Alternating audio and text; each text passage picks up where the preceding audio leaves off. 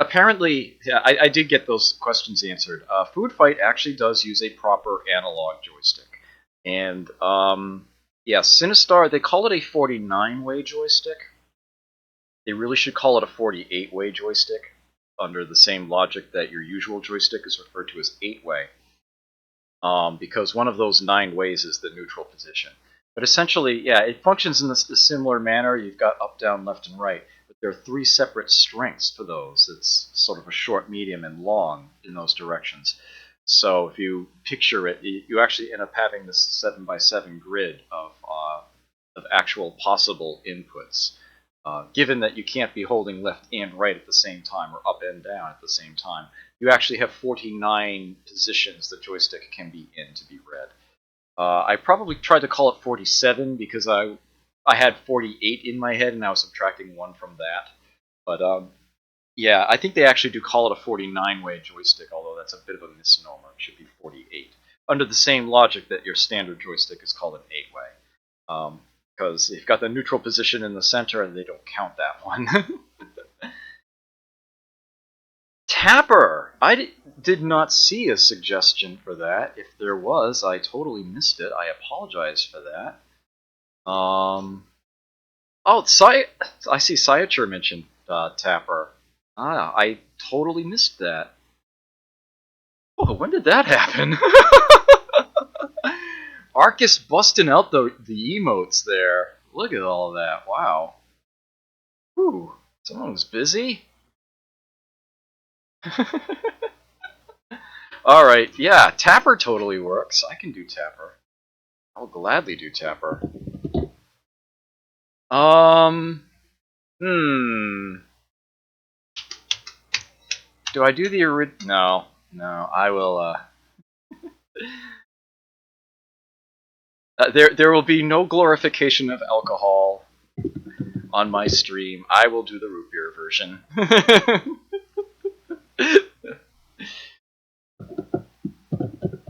Yes, if you haven't seen Tapper in the arcades, that's another game with a unique cabinet, is they actually made it look like a bar, complete with a rod to rest your feet on at the bottom, and metal, drink holders on the sides.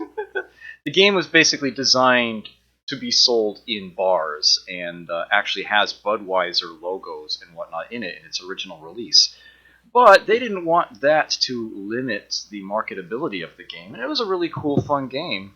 So they ended up re-releasing it with all of the alcohol references replaced with root beer. And as a matter of fact, they even added it right there into the title.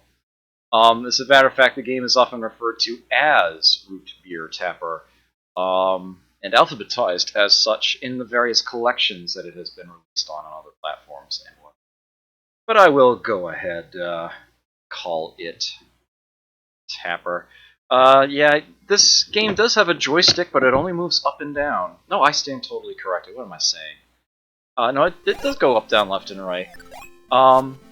It also has, well, for all intents and purposes, it's really just a button, but on the actual arcade cabinet, it's in the shape of a, what do they call them? A draft handle. That's what they dispense beer with. That you actually pull it down and release it, and it springs back. It's, of course, just a single button on an emulator. You just hold it in and then release it yourself. But yeah, basically the idea is you play the guy on the right there in the striped shirt. You play the bartender. You fill up the mugs by holding in the tapper until the mug is filled. When you release that, he immediately slings it out there to treat a customer. Now, the peculiar mechanic here is that you finish a level by getting all of the customers out of the bar. Whenever someone receives their drink, they slide back. If they slide all the way out of the bar, then they're done. If they haven't, then they will, whatever distance they stop at, they will drink the mug, slide the empty forward along the bar, and then start advancing again. Yeah, you need to actually get them out of the bar to eliminate them. You can try to milk them, as it were, but as time goes on, they add more and more patrons. And they only get rowdier. Your best bet in getting past a level is to actually finish it off as quickly as possible. As a level does go on, though, some extra means of earning points show up. But so do additional obstacles. For example, when those empties get flung forward, yeah, you need to grab them. If one gets broken, yeah, you've lost a life. Sometimes a patron will leave a tip. You have to actually run down the edge of the bar in order to grab it, and when you do, there'll be a nice little animation that plays. There'll be a song and dance number. Some of the patrons will actually stop to watch it, and you do get nice points when you pick it up. You do also have to be careful about this, because the patrons that are watching the dance are essentially only temporarily eliminated from consideration.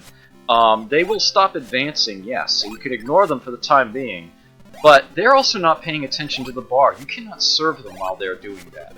So you actually can't finish the level while that's happening. And if you try to send a mug down to where nobody grabs it, either because there is nobody there, or anyone who is there is just watching the show, yeah, the mug will break at the other end of the bar, and you lose a life for that too. And as you might imagine, you also lose a life if a patron makes it all the way to where the tappers are, and they'll actually grab the bartender and fling him out of the place. This is a game that really comes down to proper timing of execution, some pattern memorizing if you really want to be able to make it far. Just trying to rely on reflex, it's really, really tough. There was a version of this for Xbox Live Arcade, and it took me literally years to finally get the achievement for reaching the final bar type. There are 4 different styles of bar in the game, and just making it far enough to see the last one, just those first few levels, it's brutal. Very brutal.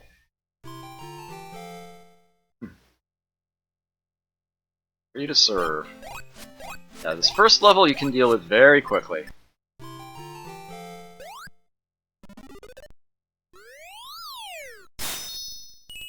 They have fantastic little animations in this game for a lot of things.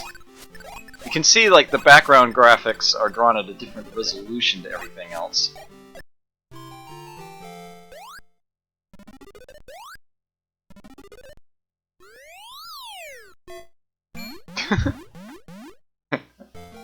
So here's the infamous bonus round, where some generic baddie shakes up 5 kings out of 6 and then shuffles them around, shell game style.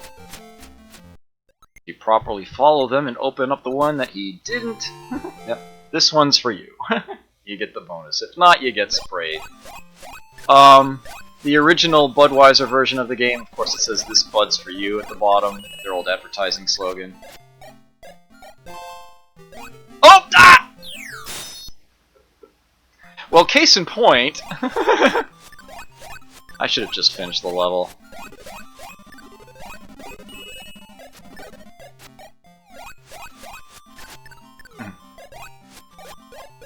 Oh, they're restocking. There we go. Oh. Are you kidding me? Yeah. Takes 2.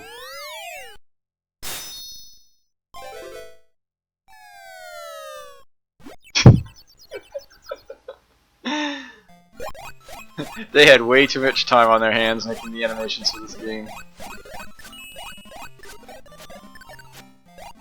Oops.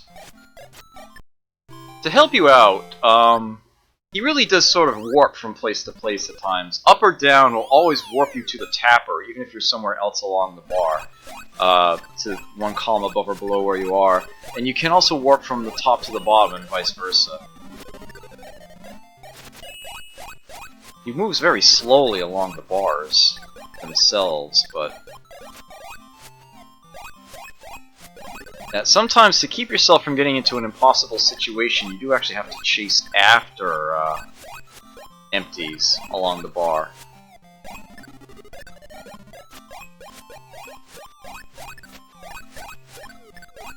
Sometimes if you want a level to actually finish, you need to delay the collection of a mug.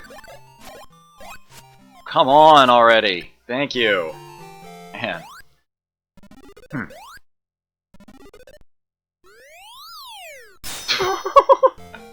Might I make a suggestion, Mick? Don't point the flashlight directly at yourself. Just a thought.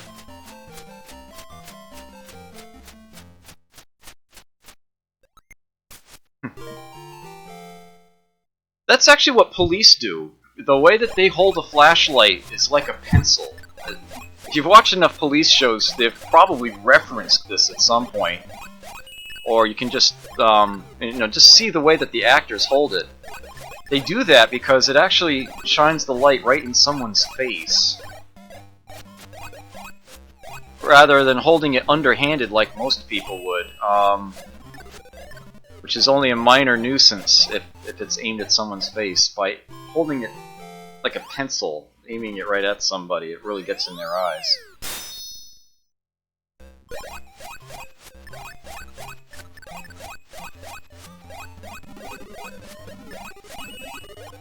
Yeah, so this is the third bar type, as it were, the punk bar. Just to make sure that you're paying attention, to mess you up a little bit, they swap sides of it. See, you've got... It doesn't actually make a difference, play style-wise. But yeah, they do have some coming out of the left and some coming out of the right.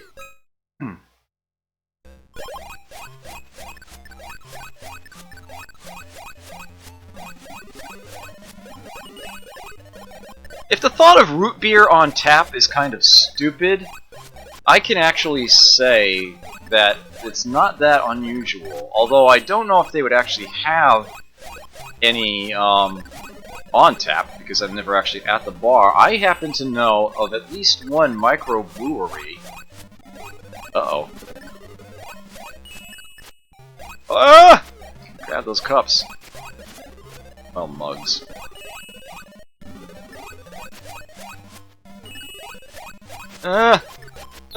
Nope, didn't get back there in time. There's a place in Newport. Ooh, I really threw too many there? Damn.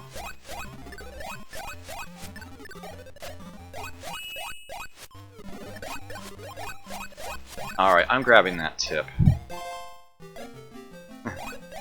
Oh! Okay, there were two there.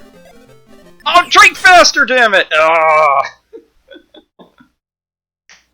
Darn. There is a place in Newport called Coddington's. They are a restaurant, bar, and microbrewery. They make their own brews, including root beer. They actually make their own there. It's very, very good. I haven't been there in some time, but the last place that I worked was actually in walking distance.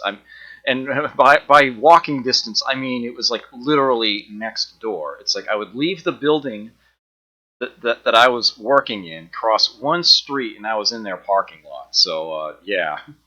That was a very common place for me to go for lunch. And I couldn't resist. Their root beer is just fantastic stuff. And all of their food was actually really good. So you're ever in Rhode Island. Actually, dude, are they even in Newport? I think technically they might be in Middletown. Sort of on the border. Around in there. I think they may actually technically be in Middletown.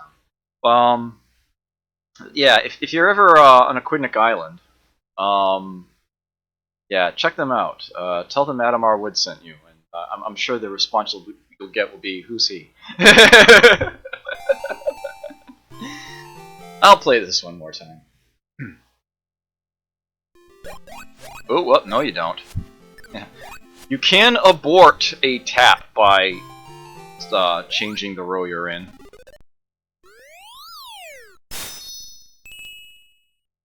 I'm probably not going to do much better this game than I did the last one, but I will try.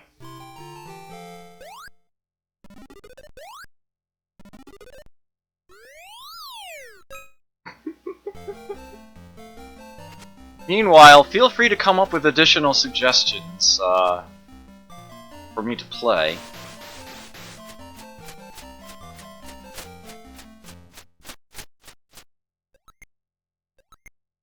Same place it was in last time. I wonder if there are patterns to that.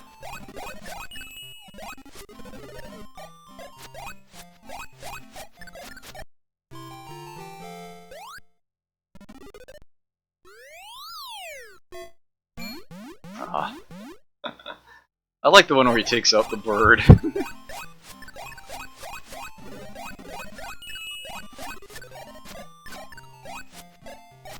There we go. That was efficient. There we go.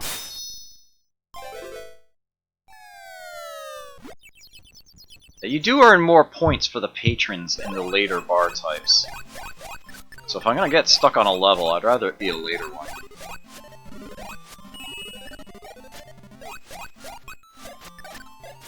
Oops, damn it.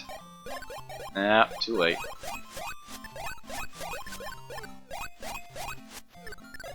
There we go.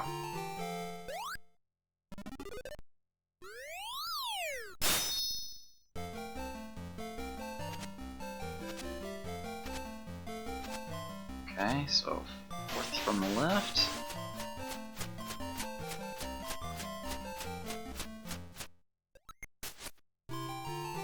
Cycled it right back to him.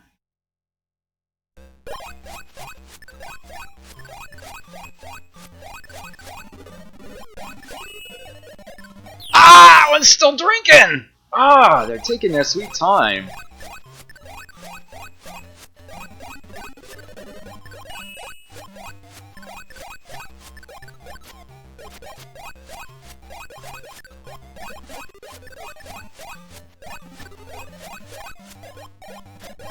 One showed up.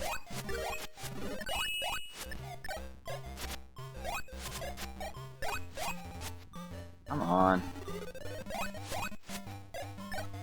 Yes.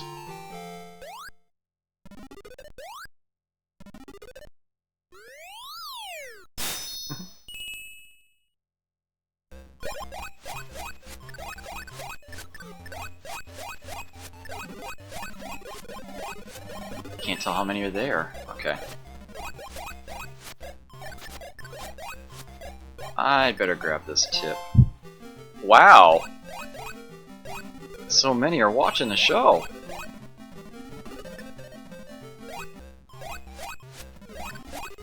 Uh-oh. Almost didn't see those.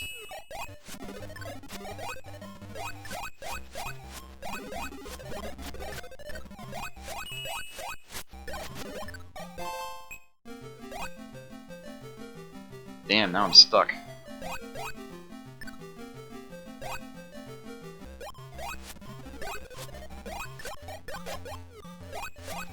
Come on.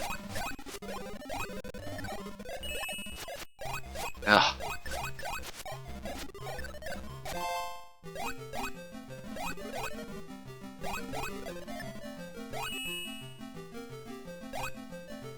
Are they getting faster?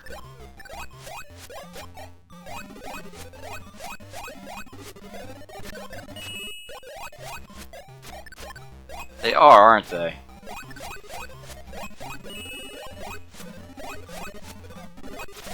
Ah! So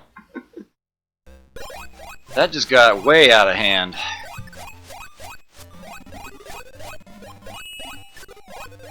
Oh! Too soon! Ah! As if this game weren't hard enough to get a level actually finished.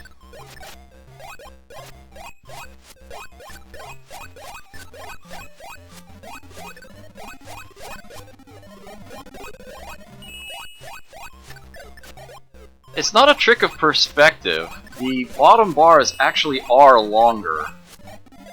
It's easier to eject someone from the bar near the top of the screen than it is at the bottom.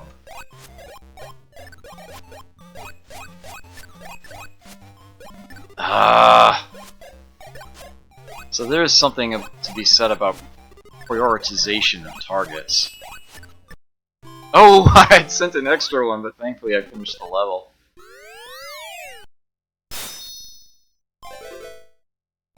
And apparently this place has no roof. Or had a bird flying around inside of it.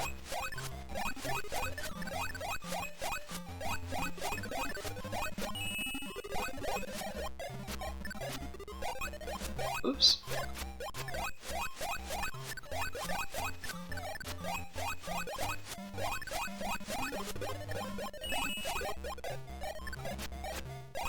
Oh, I served you already.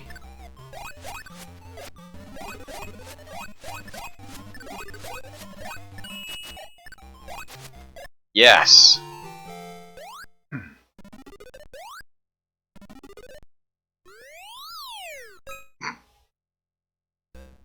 Still not done with the punk bars. Uh-oh.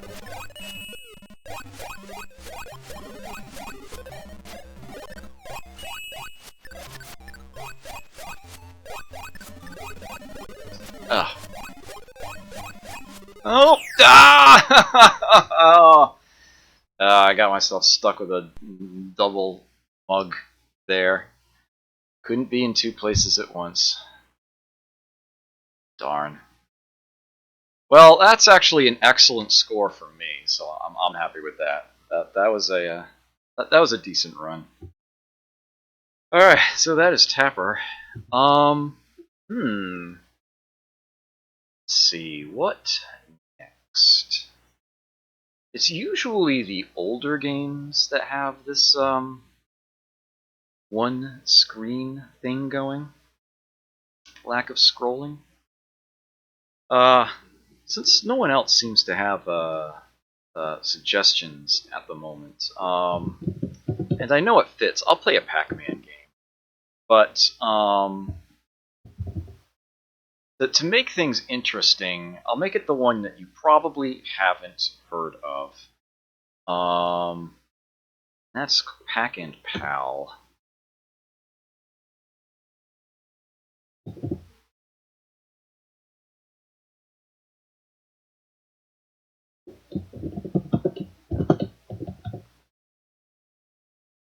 This one plays very, very differently from its contemporaries.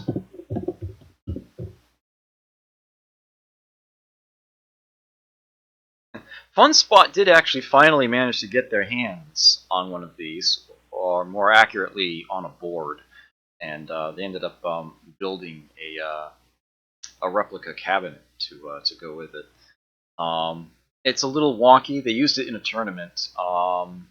They had to reset it a few times each day, but it was good enough for their purposes. They had it set to one life only. Definitely made things interesting. You can kind of see what's going on already, but yeah. A lot of people, if you tell them that there was a Pac-Man trilogy and what games are in it, they'd probably be like, well, Pac-Man, Ms. Pac-Man, and then the third one that they give you will probably vary a bit. It would probably be like Junior Pac-Man or Pac-Man Plus, for example. And yeah, as I've actually already mentioned tonight, Ms. Pac-Man is not a Pac-Man game. It is a bootleg of a Pac-Man game. The actual Pac-Man trilogy, the original 3 Pac-Man games, are Pac-Man, Super Pac-Man, and this one, Pac and Pal. If you haven't seen Super Pac-Man, I suppose I could be playing that one too. You do have this sort of thicker wall set going, and this idea of rooms being walled off by doors. There are lots and lots of keys, but they're only worth 50 points apiece rather than 5,000. And each key that you eat opens up a doorway to where you can get at the things you need to eat inside of them. There's also 2 different kinds of power pellets. You've got the standard ones, which turn the ghosts blue and allows you to eat them. And then you have these 2 big green ones, these super power pellets, which turn Pac-Man into Super Pac-Man. It makes him larger, kind of like that cutscene from the original game. He can travel completely past the ghosts. He's supposed to be appearing to fly over them. The ghosts themselves will actually appear slightly stretched out, as if they're down below looking up at him. He can pass straight through them. He can't eat them unless he also eats a normal power pellet, but he can travel straight through them. He can break doors as Super Pac-Man, and the game actually does have a button, a super speed button. If you are holding it in as Super Pac-Man, you move twice as fast. You actually control when and how you do that. This game takes the formula out even further in that direction. There are very few things that you need to eat on a level. It's the original Pac-Man, the maze was filled with dots, 240 of them, if I recall correctly. In Super Pac-Man, I forget the exact number, but I think it's only like 40 different items. The items that you eat actually fill a whole tile, like the prizes do. Here, there's even fewer items that you need to eat on each stage, only like 8, but each one's behind its own locked door. And in this game, instead of having keys to open them, you have these cards, which actually depict the item that they reveal on them, which in a certain sense solves a problem that Super Pac-Man had, that you basically needed to memorize what key opened what door. As the levels went on, it became more and more arbitrary. It was a set pattern, but it was not even remotely intuitive. In this game, it's like as soon as you eat a card, you know exactly what it's going to open up. But you also... Oh, take care, Celsius. Catch you next time. Yeah, I'm sorry. We'll see you later. Yeah, you just missed me playing a few games of Tapper. So what you have here, you may notice the little green ghost-like creature with the bow tie, which is actually dragging one of the point items around. I forget her name. I want to say it's Puri. But yeah, she is the pal referenced in the title. There are also later releases of this game called Pac-Man and Chomp Chomp, which replaces Puri with a dog, which is presumably Pac-Man's dog. I think named after the character in the cartoon show, but it is otherwise the same game. Your equivalent to the Energizers in this game are the prizes that actually take several different forms through the course of the game. The first stage, it's actually Galaxians, and they turn Pac-Man slightly larger and have him change color and allow you to use the button to actually throw out an attack. And this attack stuns the ghosts for a time, lets you go through them. And the more ghosts you hit under one power-up, the better off you are. You can actually get as many as 3,200 points because it's possible for the power-up to last long enough for a ghost to recover and be able to hit them again before they respawn. As a matter of fact, I think you can even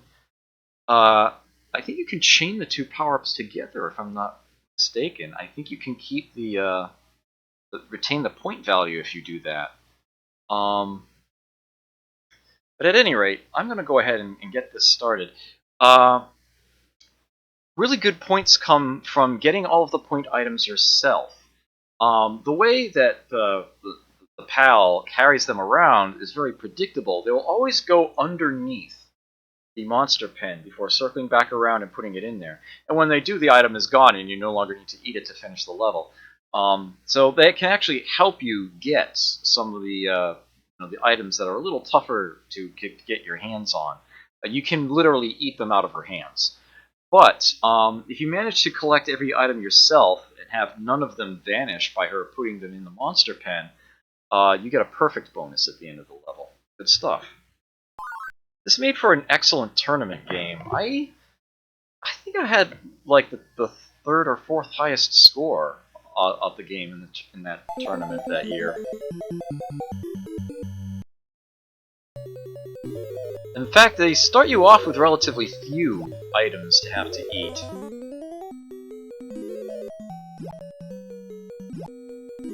One thing that you almost don't even think about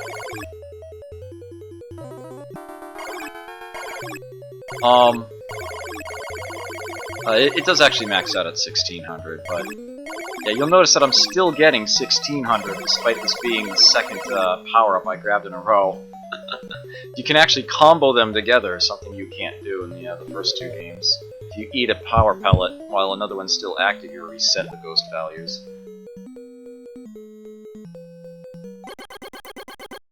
Go.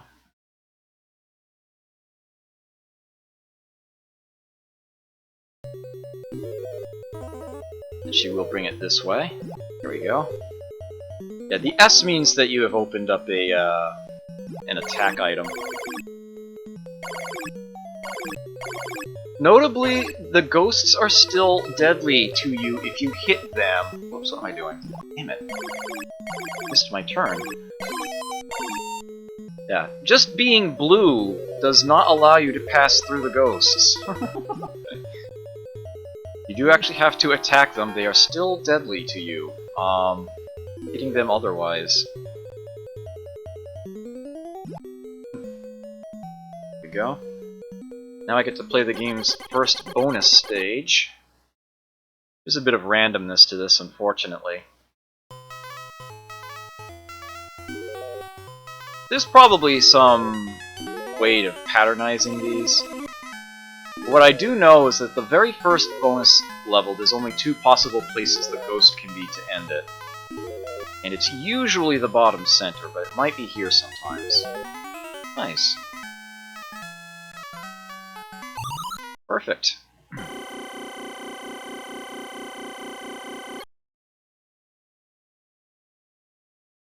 Alright. Yes, now the attack items are actually the cars from Rally X.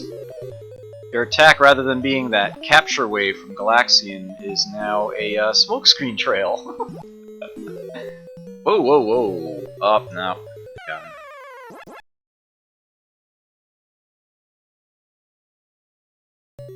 At least the key is right there for me to eat when that happens.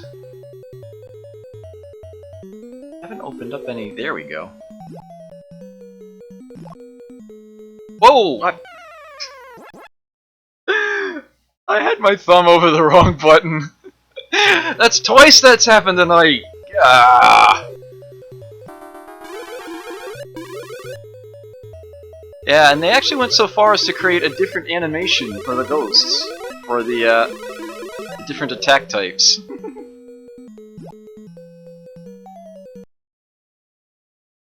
Cute little game. But anyways, I was going to say, it managed to slip my mind at some point. One of the things that this game has that the earlier Pac-Man games don't is music.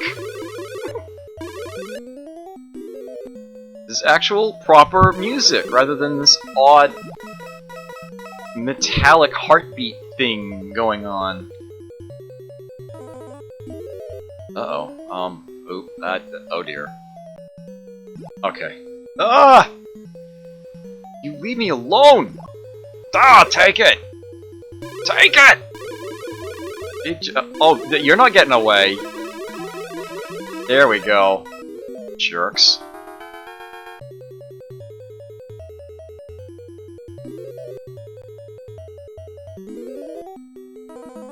Here we are. Just like all the other Pac-Man games before it. Yeah, no perfect for me. She did get something away. You can learn different patterns, as it were. Different sections of the maze that the ghosts will only travel through one way, that kind of deal. And you get a sense for what they're going to do in any particular situation.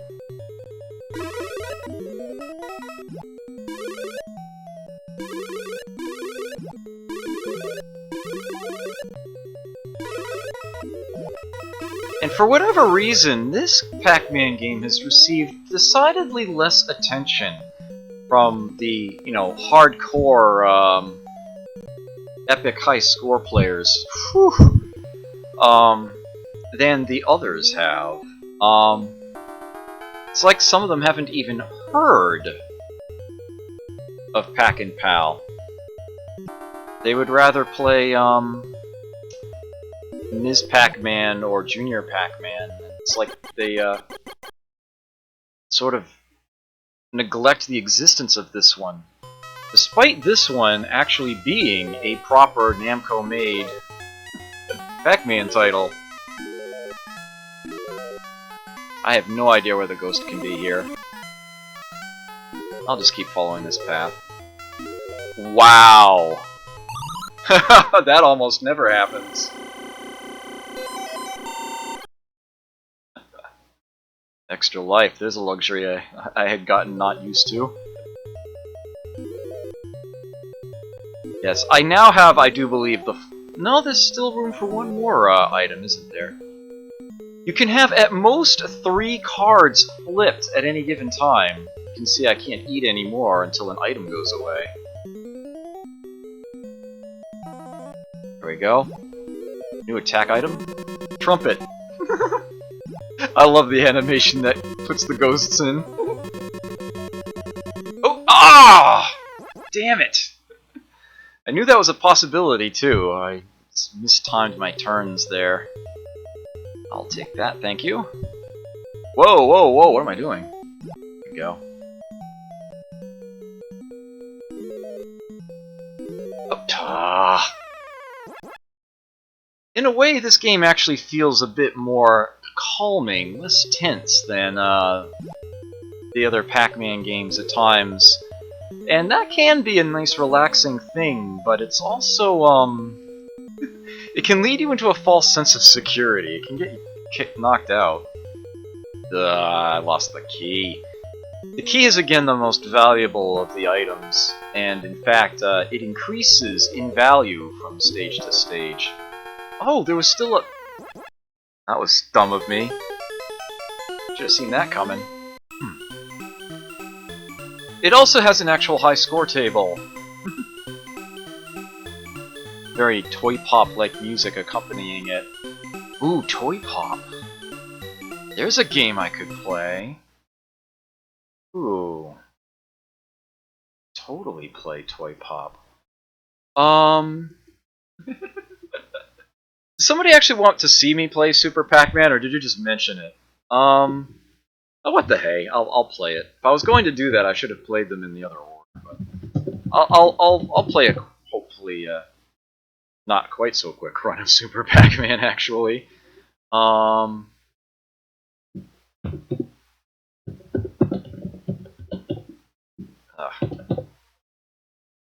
Yeah, 1 year prior. E2. I can fire that up. I had to get genuinely halfway decent at this game for all the achievements in Pac-Man Museum. Don't know how much of it I'll manage to retain, but hopefully this will be a semi-decent run.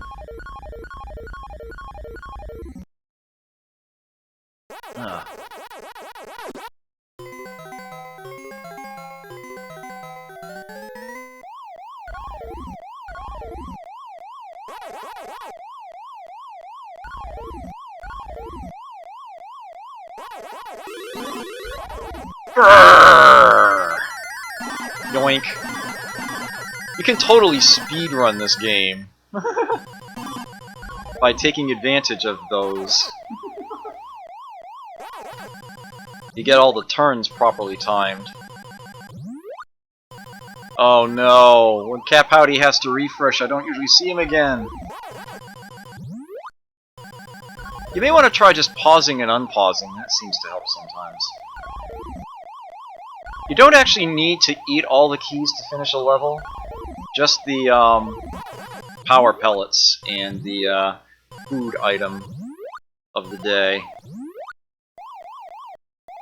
Of course, the only way that you can get by without eating all the keys is to bust through doors as Super Pac.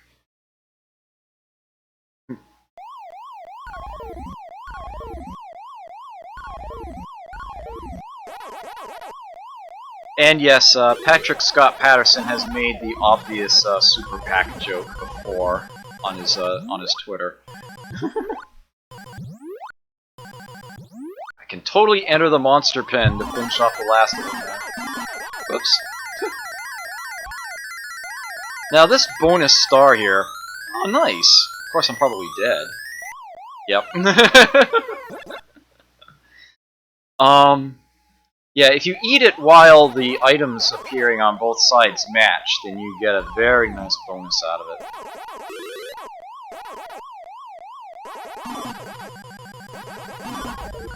Grab the keys while we're here. They are worth points. And here is the first bonus round, and yet you may notice that these cutscenes were something not in Pack and Pal. They didn't have any of those. We do have bonus stages here, and you play the bonus stages as Super Pack the entire time. And you have a time bonus. The idea is to finish the level as quickly as you can, and I did miss a turn fairly early on, so that wasn't exactly ideal. But, yeah. Some enterprising speedrunner who wants to do something of an arcade bent, time to complete, say, a certain number of stages would actually work extremely well, even for a competition. It requires Nibbler-level, proper turn timing. Notably, whenever you grab a standard power pellet, you stay super for longer. The clock on it actually refreshes. You can see it blinks. I grab that, it stops blinking. You can use that to your advantage to stay super for an extended period, if you need to be.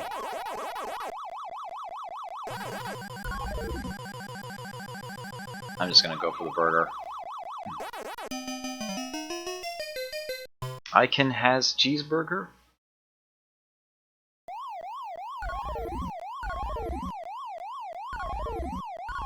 $31 food items. Plus you have to eat the 6 energizers as well. The keys are optional. If you can get to items without having to eat their key. Whoa! Oh, no, he's done.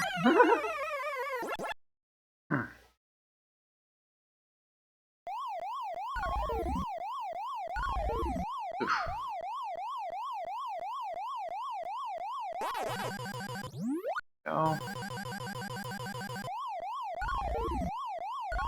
Oh, he turned.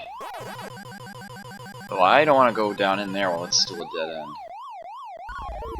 But I'm beginning to wish I had done something differently. What exactly, I'm not sure. Yeah, the sort of... Oh, really? Yeah.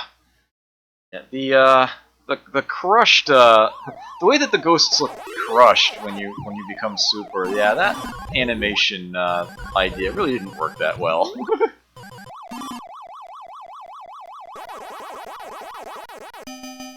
Yeah, the intent was that it looks like you're flying over the ghosts, but yeah, it just kind of looks like they didn't have their V8.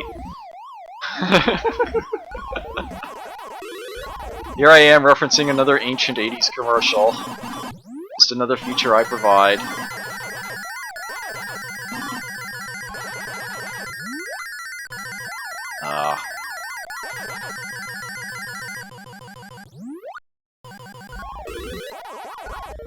Yeah, if you just want to complete levels as quickly as possible and don't really care about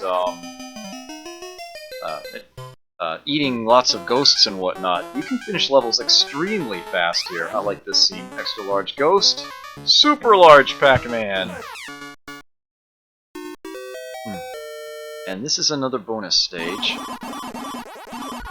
Oops, missed a turn there.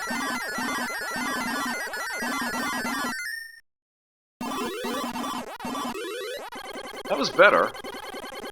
Still not perfect, but better. In this game, it does make a certain amount of sense to run through levels as quickly as you can, because the basic items become more valuable the further you go. So now their score keeps increasing by 10. The cake is not a lie in this game.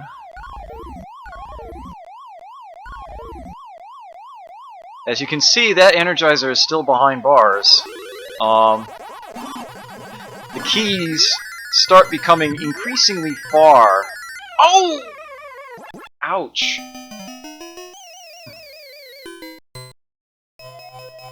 The keys start becoming increasingly far from the doors they open as the levels go on.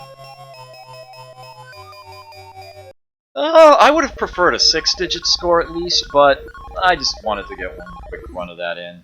Show it off.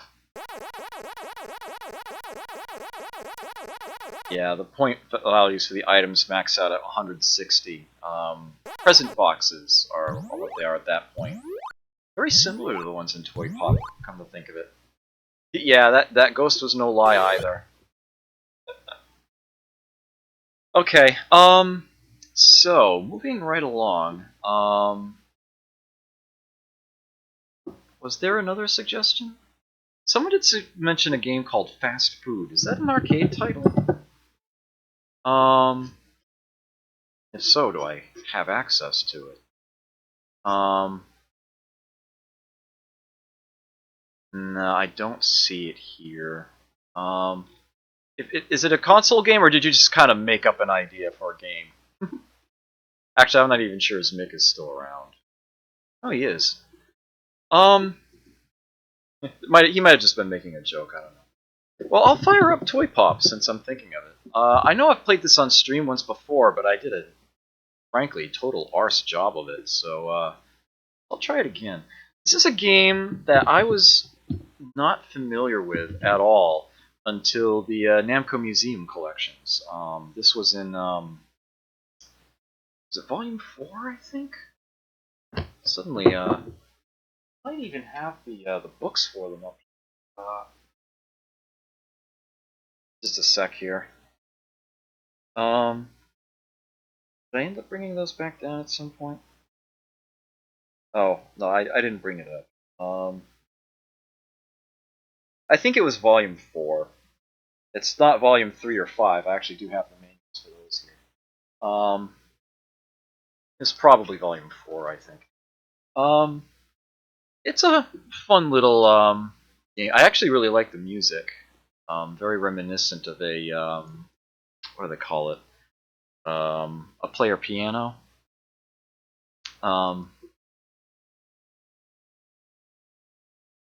A Nickelodeon, that was the word I was trying to come up with in my head there. Yeah, blah. I did terrible there. Stuff instead of staff, but yeah, they do have, they were able to squeeze their own character portraits in there, the makers of the game.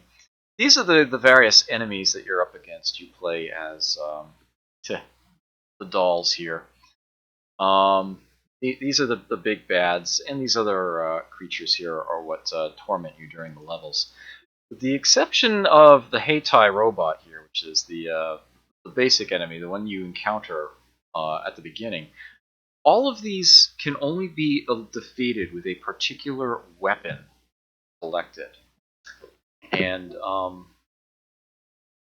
I didn't adjust the year. 6. I knew I was forgetting something. There we go.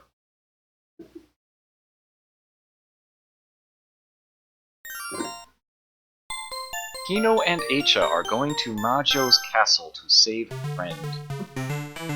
Dun, dun, dun, dun, dun. So you have all these present boxes around. You can shoot them once to reveal what's inside of them. Hey, candy. The dot is the basic weapon that you start with, and it will do absolutely nothing to these cars that have started spawning. They will defeat the little wind-up soldiers. Now what I just grabbed is then grabbed a dot immediately after. I grabbed a tire, and now I can defeat those cars. Oops, whoa, careful there. Alright.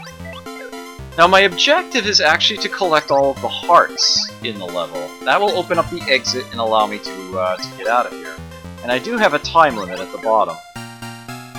If you ever forget what weapon you have and what kind of item it can, what kind of enemy it can destroy, that's what's showing in the top left corner, flashing there. More candy, big points there. I think you can also get a level finished by No, you can't.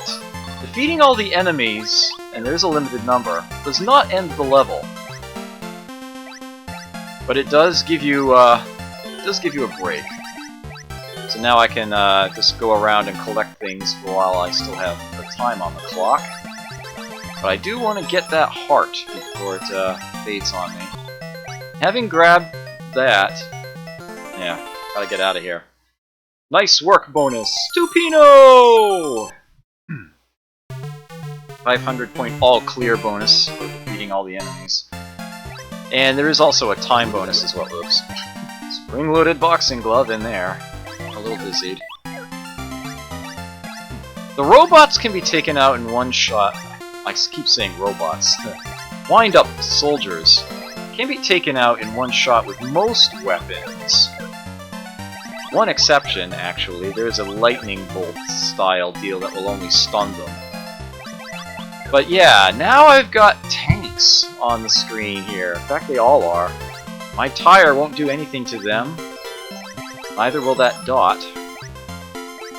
What I need now... Seriously? What I need now are bombs. There are actually some already showing, but they're not really near me at the moment. Oh, I gotta be careful not to pick up weapons I don't need. There we go. Boom! Now we can get things destroyed. Yeah, there's a limited number of enemies that can be on screen at once, and the order that the different types spawn in is definitely a factor. There we go. The bombs are really good at clearing out space, as you can perhaps see. Alright, so there's a third 7. Oh, all enemies are defeated, all hearts are collected, so I gotta get out of here now. Got a time bonus on that one. Yeah, Bomberman style, they start adding in walls on the sides, forcing you into the door. Ooh, I can actually get 3 7s now. That gives me one of the game's 2 super weapons, as it were, for a limited time. Oh, it faded? It doesn't stay on the screen? Damn! I was gonna wait to grab it to where it would be more useful. Damn. I'll have to keep that in mind. So anyway, yeah, now I've got a bunch of water balloons chasing me, and this needle is how I deal with them. Now I can pop them. Oh, and now they're giving me cars again. Uh-oh. This is gonna be a... Oh! No! I'm hit.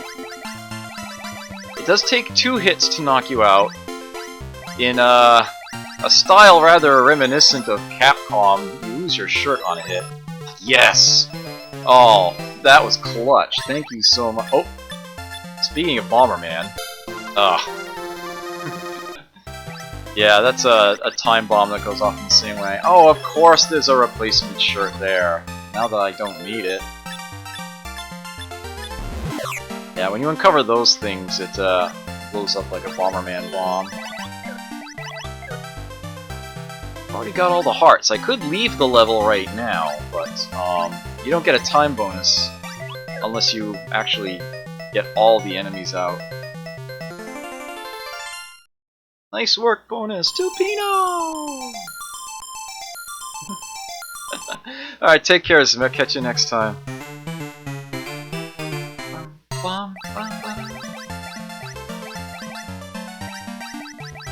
It's just after midnight? Okay. Fire! I wonder what that weapon will be used against. Well, I know, but... Ooh! Found a hidden pair of shoes. Increases my movement speed. Meow! I need tires. Where are the tires? There we go. Okay. Oh. So now I can deal with the cars. Ideally, I would want to get rid of all of them before I switch weapons again. Because you can definitely run yourself out of weapons of a particular type. Be forced to, not fully complete a level. And they're just not giving me needles here. I got pinned down. So the fire you use to burn those playing card soldiers right out of Alice in Wonderland. Ugh. Damn! And those cards actually are the first enemies that shoot. No, the tanks actually can fire at you, but they're pretty slow about it.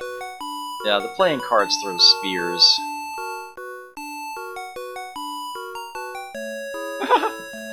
Chatty and Xbox. I suppose that's one way to get it working. Good to see you. Good to see you back here. You actually have to put in spaces to pad it out at the end there. That was not a very good run, but what the hey? I'll try it again. Squeeze in another attempt at this, hoping to show off a little bit more about the game. It'd be nice if I actually get one of the special weapons completed. It gives you, yeah, getting 3 7s or 3 stars will allow you to deal with any type of enemy out there. It makes you temporarily invincible as well, I think. One of them turns you into a tornado, and the other gives you a magic shot that can deal with anything at all. There are also some various hidden items flying around, like the fork that you saw me grab. Turned all the enemies into very valuable tiramisu. 300 points is a lot in this game. To do that to all the enemies is great stuff. You do actually earn points for changing weapons, get another 20. Yeah, at this point I'm basically just trying to, there we go. Alright, and that's the last of the big stuff. Let's just get on out of here and grab a time bonus.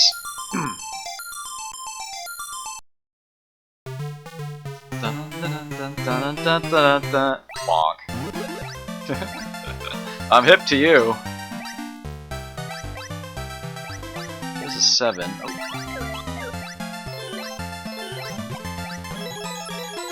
Grab that 7 before it fades, since I know that's totally a thing that happens.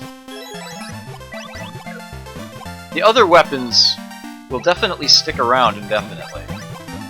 They'll stay around until the end of the level, unless you actually grab them. Ooh. The bomb is great for digging through the walls very quickly due to its explosive effect, but yeah. All the enemies on the screen right now are cars, so I'm gonna have to switch back to the tire. Oh, stop, stupid! I almost just run through him. Oh, there goes the shirt. There we go. 4 tanks and a toy soldier. That works. I can switch back to the bombs.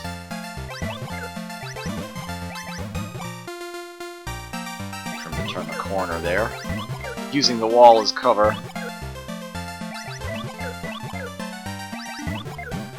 Things like that actually work in this game. Gotta get out of here. Yeah, you do get to keep your weapon from one stage to the next. It may or may not be useful. Still a shirt there? No, I had a feeling those were re-rolled. No, looks like I'm gonna need the needle first. Yeah. The game can go back and forth between different enemy types, so a certain amount of judiciousness is required in what you grab and when. That one's empty, okay. Ugh. Give me that.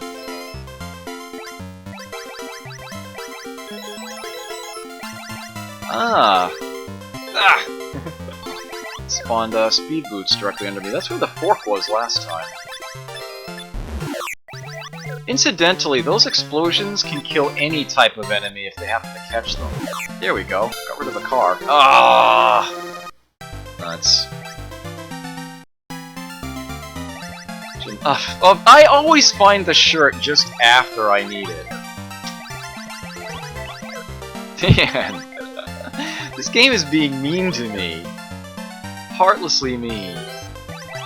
Alright, there we go. All enemies are gone. More boxes I can peek in. They're empty. Alright, so let's just grab that last heart and get out of here.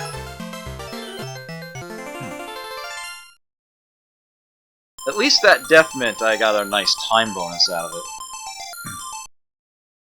But still... Alright, maybe this level won't be such a jerk. Now it's taunting me even further. Of course it's going to start me with cars, because there was a needle right in front of me.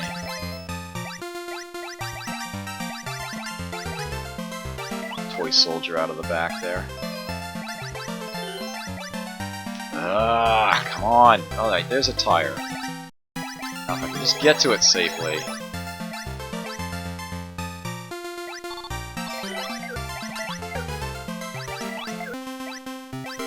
Yeah, this is one of those games where, for better or worse, I feel compelled to always try to finish off all the enemies. Frickin' balloons go over the walls. Real nuisance in this level in particular. Yes, okay. I was hoping I'd be able to get that car without, having to switch weapons first. There we go! So this gives me the star weapon, which can kill all of the things!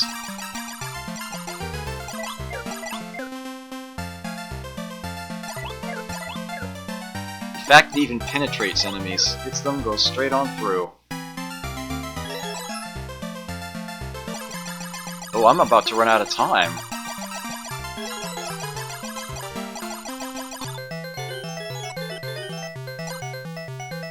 The lantern.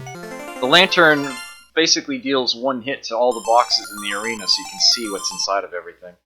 I don't think it will actually just fully open a box that you've already taken the lid off of.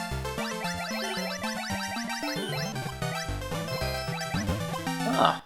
Actually gave me the right weapon to start with at the beginning. Ooh, there's something I don't see very often. No pun intended. That's the invisibility item there.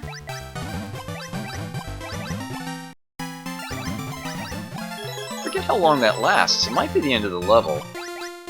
I don't think it's invulnerability. I think it simply means the enemies don't see where you are, so don't react to you properly. Then again, maybe I'm totally wrong about that. Huh. I seem to have forgotten some things about this game. There are all tanks on the screen now. Switch back to bombs. Hopefully deal with all the tanks before I have to switch back to the needle. Deal with these very pernicious balloons. Oh.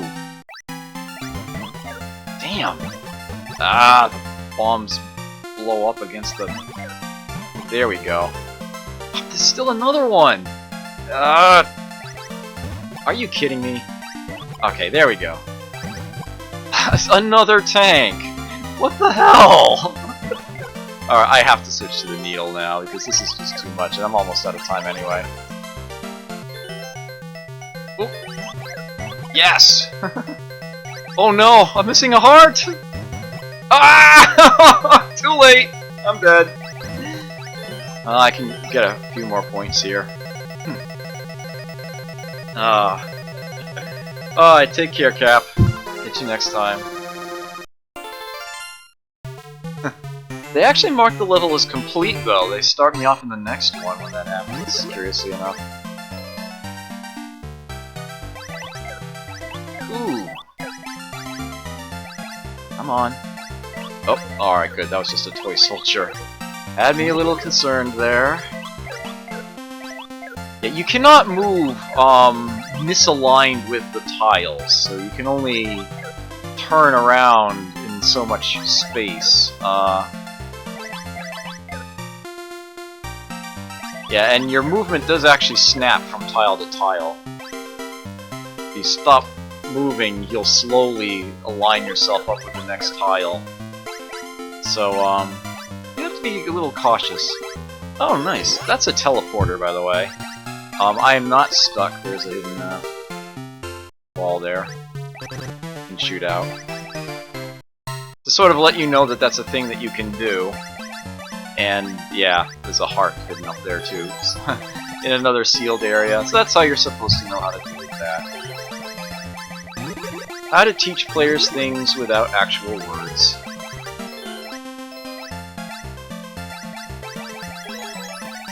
There we go. Now I gotta get out of here. I don't have much time to dig around. Yeah, I have until that heart gets there. There we go. Not a great run, but a better one, at least. But then again, it's not over yet. So this is where the wizard makes his introduction. He's a bit of a jerk. I'm not sure you can do anything to him shy of one of the special weapons.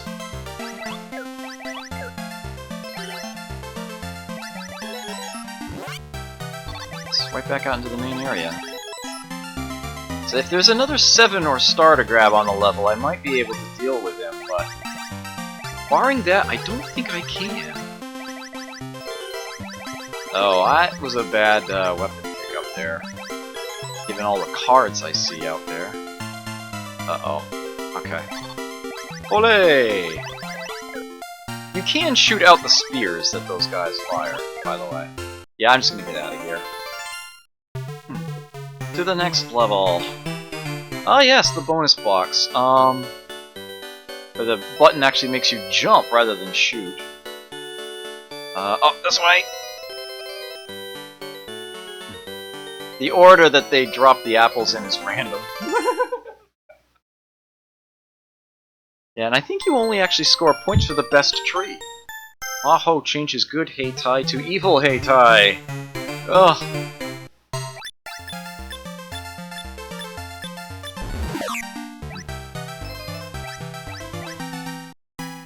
Alright, so this weapon here, the lightning bolt, this is what you use to destroy those robots. Those are actual robots, not the things I've been calling robots. But it is also the weapon that will not destroy the toy soldiers, it will only stun them.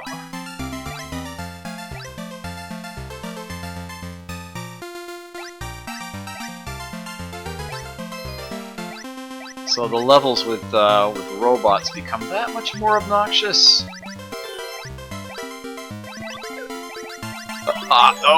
No. Took the hit there. Alright. Hourglass stuns the enemies. Oh, okay. Alright. Okay. Damn. Nope, that one's empty. Yeah, the fact that lightning bolts will stun all enemies, except the robot, which it will destroy. But yeah, it's notably the only weapon that can't take out a toy soldier. Ooh, okay. The enemies can't turn on a dime either, so you can use that to your advantage, properly time when you avoid them. Oh no, the clock's up? Ah, and the last heart is under a wall. I'm dead anyway, but some can take... take them with me. As many as I can. Oh well, that wasn't too bad, I guess.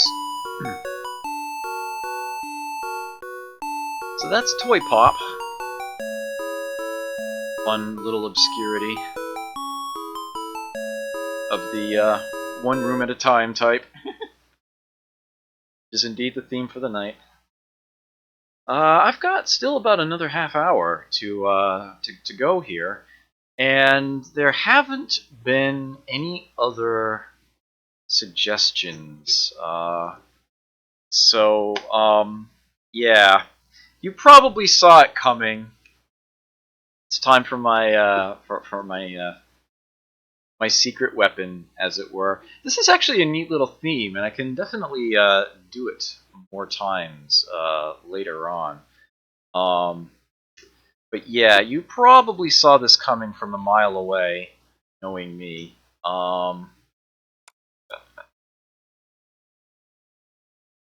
Oh, time to throw bombs at pigs! Oh, yes! I totally could have done Buddha-san. Ah, and I probably should have done Buddha-san, come to think of it. But, given that it is half an hour that I have left, yeah. It had to happen. Like I said, I would probably end up picking a theme that let me sneak this in. And indeed I did.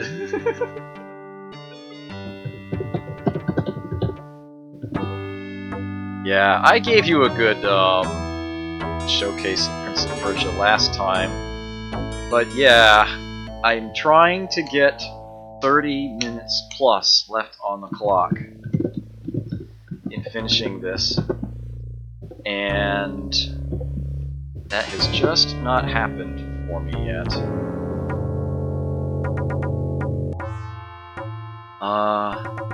Try to key open. Prince of Persia.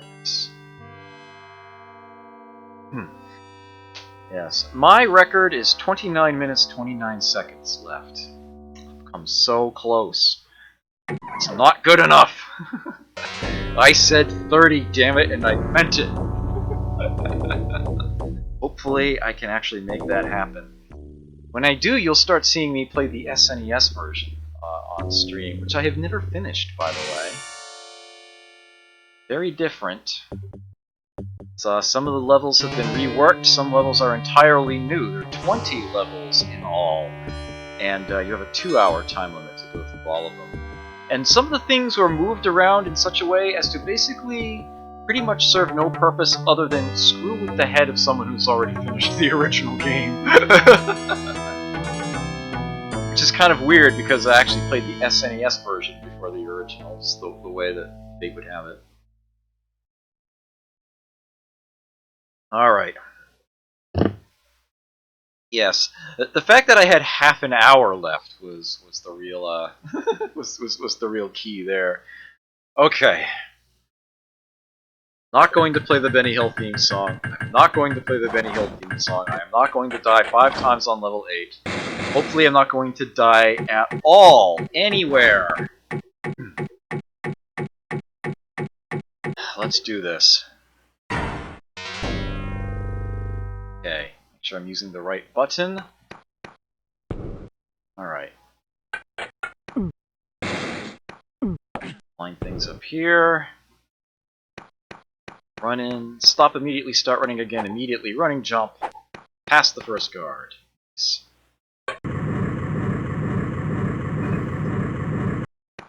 Yeah, you're definitely going to want to keep the saxophone nice and polished. Just in case. As I do have terrible, terrible luck with that. Wasn't that the same one it gave me last time? 521? Is that the letter M? If I actually get the letter on this right. 521, yeah, it is M. I didn't actually have to grab that. Oh, it is on the screen, but at the other corner this time. Let's grab that one. There we go. There's this whole second screen of them, by the way. It might be back there.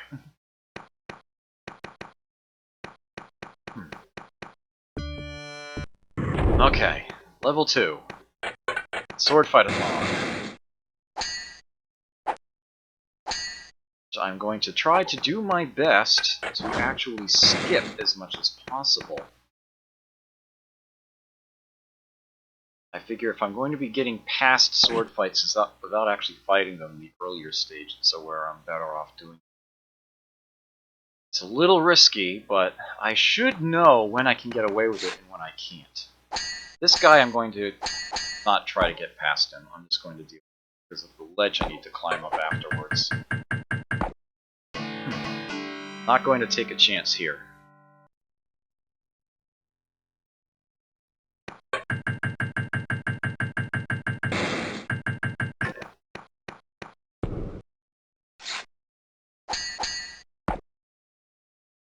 At this point, I could probably just kill this guy faster than I would be able to get past him. Or not. He's being a real jerk right now. There we go.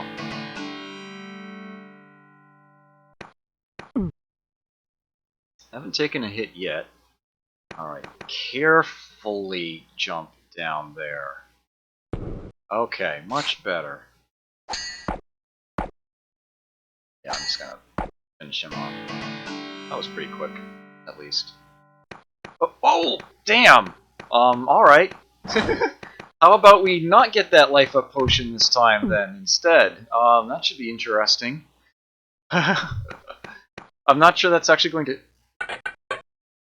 Nope, I didn't get it. Hopefully that ends up not biting me in the arse later on. I'll just have to be particularly careful with my sword fights. There's a life up potion right above there that I usually grab and don't even think about, but ended up performing a flying leap past the ledge and didn't feel like going back for it. Alright, being brave now. Yeah, that did save me maybe 10 seconds or so. In the short term, at least. The question is whether or not I pay for it later on. Shall have to see, because I definitely usually have some problems with sword fights later on. Yeah, a speedrunner will not grab any life ups during the course of it. They will go through the entire game with just the 3 they start with. Oh, ah! Damn it! Oh, that was me getting greedy. Oh, that's gonna be a loss of time there.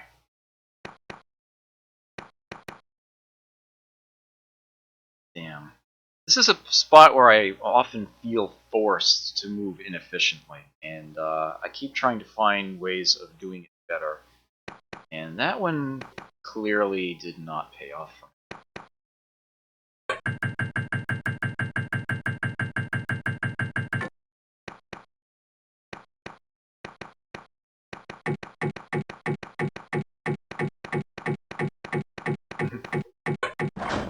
Always an exciting moment, that one.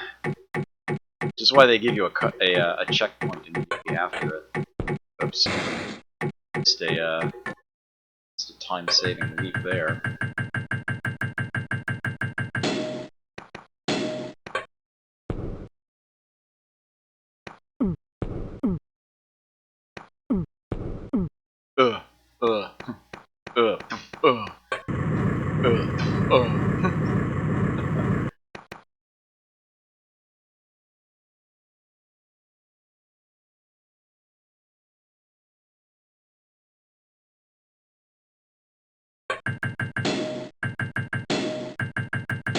Okay, leap, backpedal, grab, good. Okay. Oops, jumped slightly early there. There we go.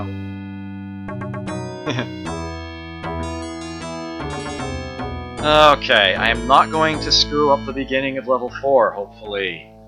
It's right then down, not the other way around. Right down. Hop, hop, hop. Right, immediate left. Yes, he stepped on the tile. Unfortunately, you get pushed back by the gate. Okay.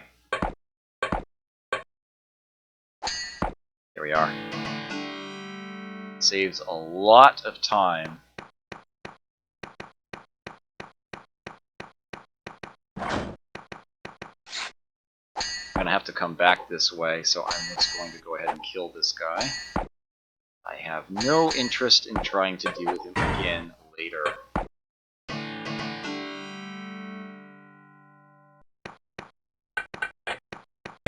Not to mention that you are reduced to 1 hit point when you jump through the mirror.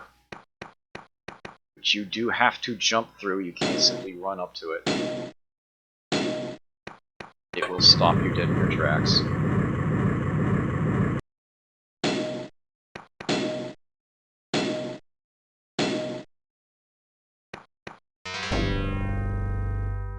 Ugh. So making sure that that guy isn't there Much easier.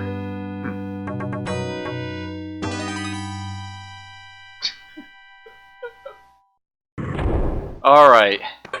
I've been having much difficulty getting this to work right on stream. But I have to try it at least once. Because it's a big time save if I pull it off. The moment I went back, it stopped. There we go! Second try, but I got it. Okay. Nice. Now if I can just keep from screwing up the rest of the level, let's switch sides. Uh-oh, I'm gonna have to hit him once, I think. There we go. Good enough. There is another sword fight up ahead, which I'm probably going to have to actually complete, or knock the guy off a ledge or something. So I am going to take the brief moment to grab that potion, just in case. Ooh! I'm glad I did.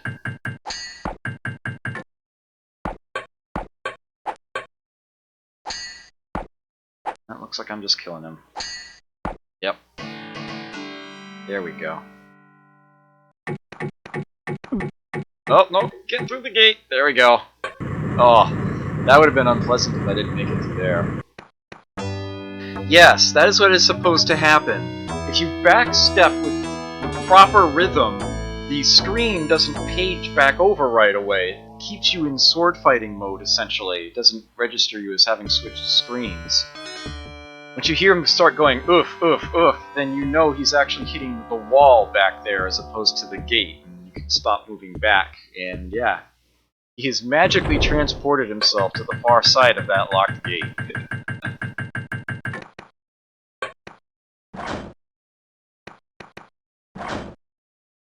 And it definitely saves you quite a bit of time when you manage to pull it off. It really doesn't seem to be that difficult, but if you get the rhythm wrong, then it could be a serious issue. Am I actually fighting the politician? Since when do I... Oh. Ah! Bloody hell. Yeah, I should have just tried to get away from him. Kind of put myself in an awkward position there. Should have just tried to switch sides with him and get past him.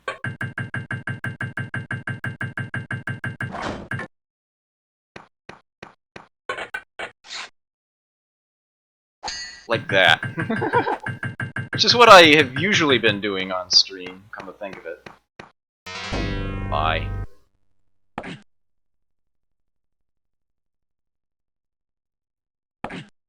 What's my death count now? 2? Level 3 and a level 6?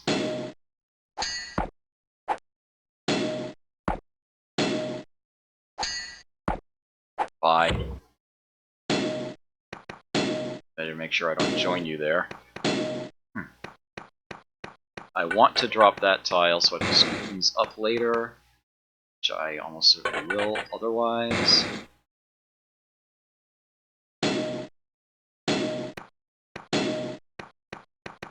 Don't need to fight this guy. Oh, I just attacked him on reflex. There we go. Actually, I'm gonna grab that.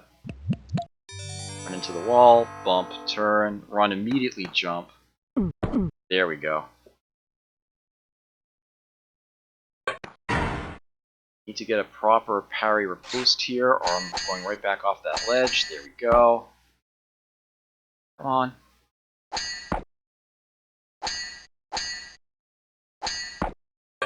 Bye.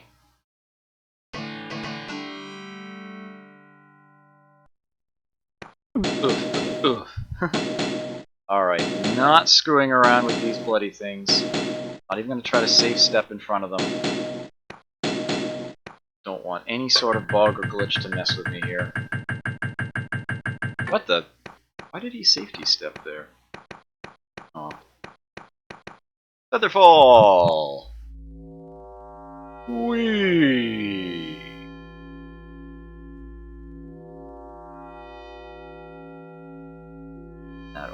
door. And peace out.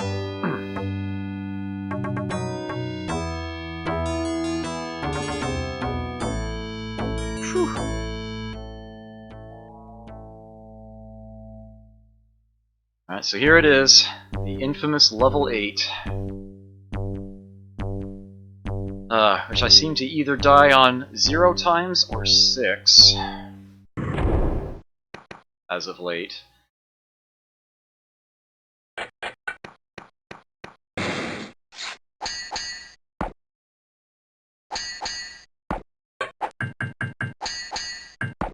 Bye.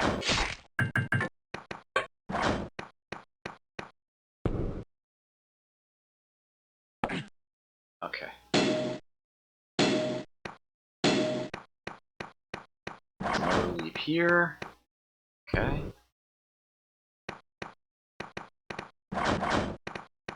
This room is fine. I think the next room has... Nope, that room is fine as well.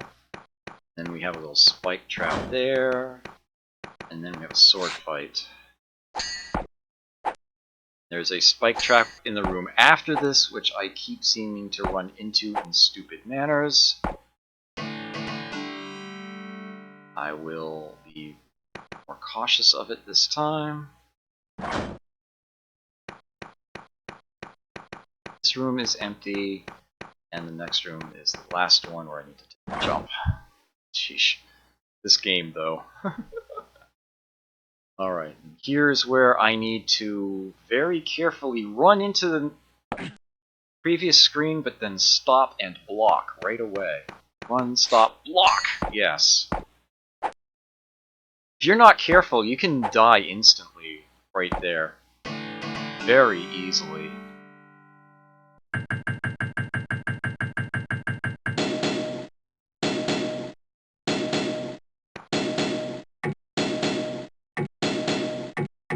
Oh, yeah, and this one too. That every time. Actually, that's where I wanted to be standing. Make sure I have a run up. Okay.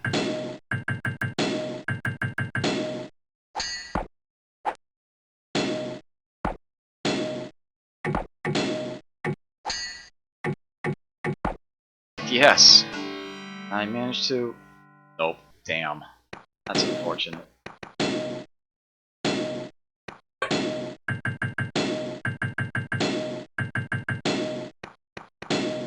Oh! Bad jump timing there. Damn it, I did that last time too. Although, last time I didn't even try to jump. I ended up running straight out of the room. Like I totally forgot it was even there. Alright, made it to the mousy section. These frickin' things. Okay.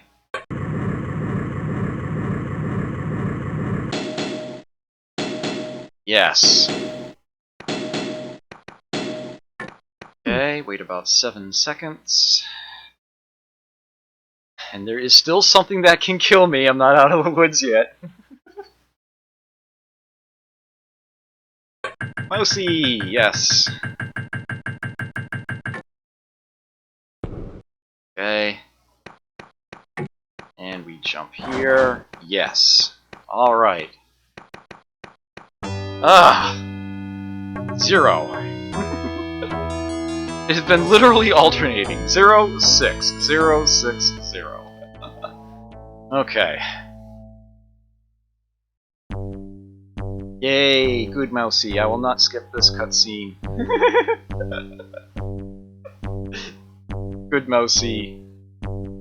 You're our hero, mousy. I'm not sure if I timed that right. I better wait for this. Ah! Really? Okay, I know I timed it right here. There we go. Frickin' safety step putting him directly in the center of chompers. Ugh. Hate that. Hate it so much.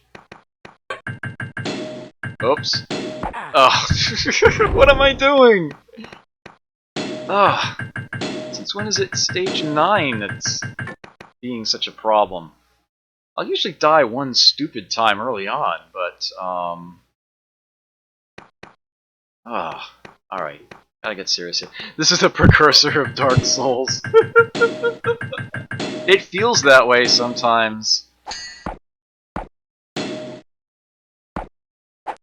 It definitely does require a certain amount of precision in certain areas.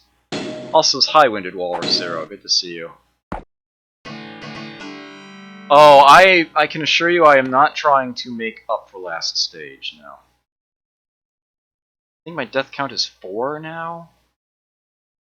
Because it was twice already this stage.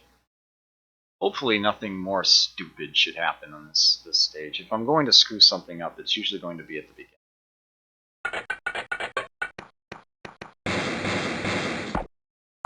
I'm not really worried until I get to level 12, which is not hard. I just seem to keep doing something foolish partway along. Or then the shadow finds some way of mucking with my day. Yes, yes indeed, Arcus. My one concession to speedrunning is I am just not happy with my time in this game. Its high score table is times, so yeah. I don't need total speedrunner precision, but I do want to have a 30 plus time on the high score table there. And among my stream highlights. It's not there yet.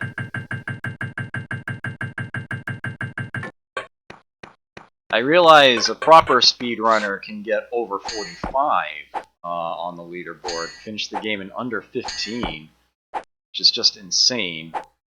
It's like, I can do at least double. It's like, I'm only asking for, you know, to finish it in double that time. I can do this. Really? Come on. Ugh, my timing's off here. There we go. It's not good. That took a while. Oh, God. I never seem to get that jump well positioned, ever. Almost never kills me, but I very rarely seem to get it lined up right. Oh, wait a minute, hold on. I've been known to die doing this. Alright. I am going to grab this life up potion because I did not grab the previous one. And I really feel like it's needed. I hesitated there for a moment because I sometimes take double damage there. I basically get hit by both of those tiles. I was like, no wait, if I just jump and then stay put, I'm only going to take one. This is going to be fine. Okay. So if I... Yes, there we go. And that actually prevents that chomper from ever turning on, curiously enough. Another neat little trick. No! I have not been healed! Boots Randolph will not be featured in this run. Dope. Are you kidding me?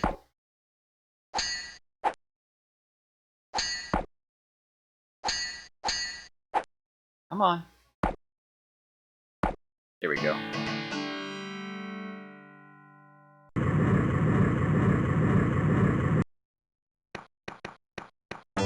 Okay.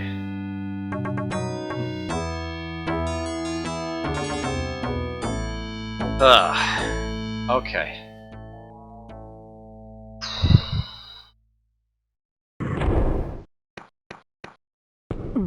This is another level where I've been screwing things up occasionally, or at least it feels like I have. Bye.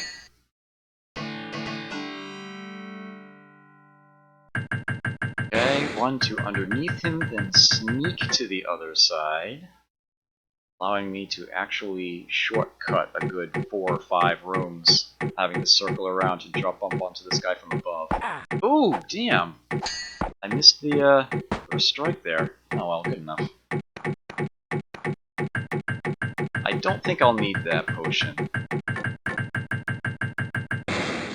Got the jump off there. That certainly helped. Alright.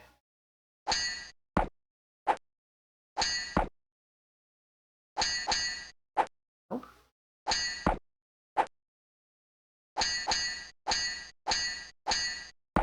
There we go. Turn this way. Maybe I can more safely get the... Yeah, there we are.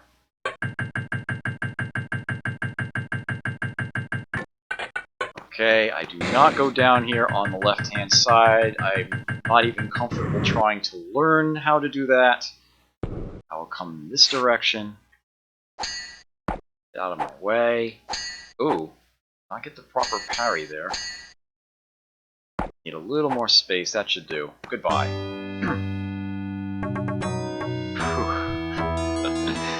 That's one of the scarier moments in the game. Percentage-wise, compared to the other things that I screw up, that doesn't happen very often. I'm very consistent at that, but that disproportionately scares me. Alright, 39 minutes left. Huh? Should still be doable. Actually, is this the loose one? No, okay. Oh, that hit me anyway. Let's see if I can get the jump properly timed here. Nope. Nope, I did not. That's okay.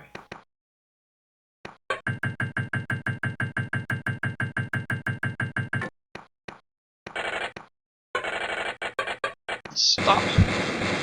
And up. Whoops, walked into that one, didn't get my parry. Whoa, where was that? That should have been a parry. Don't know where that one was. Oh no, with only 1 health. I actually have to do this flawlessly now. Top! No, get that out of the way.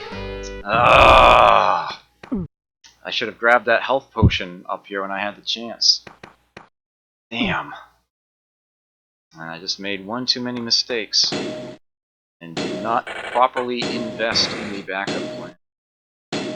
Right, my health is full now, so... There we go, got it. 1 forward, 1 step, jump from that tile. Perfect. Okay.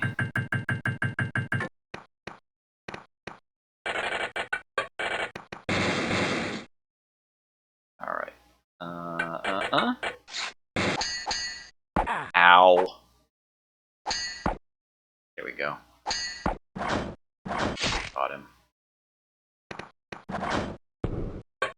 Oh, of course I get the hop that time. Of course I do. Alright, this guy I seem to do fairly consistently well at jumping over after I get him off of this ledge. What the? Why am I not getting my blocks? Damn. There we go. I better... Well, you're dead in 1 hit if you're hit without your sword out anyway, so having only 1 health left does not make this any more difficult, actually. Okay. Time the jump. Keep moving. In the door. Alright, that worked. So I've made it to the final level. That should be enough time to finish it. Still have 30 left, but better not make any mistakes.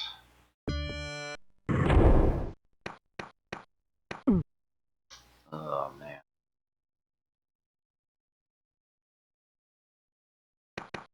Step forward.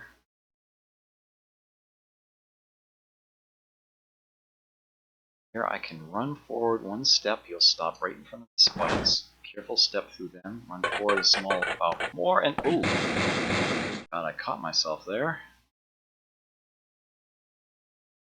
Alright. Left immediately right. There we go.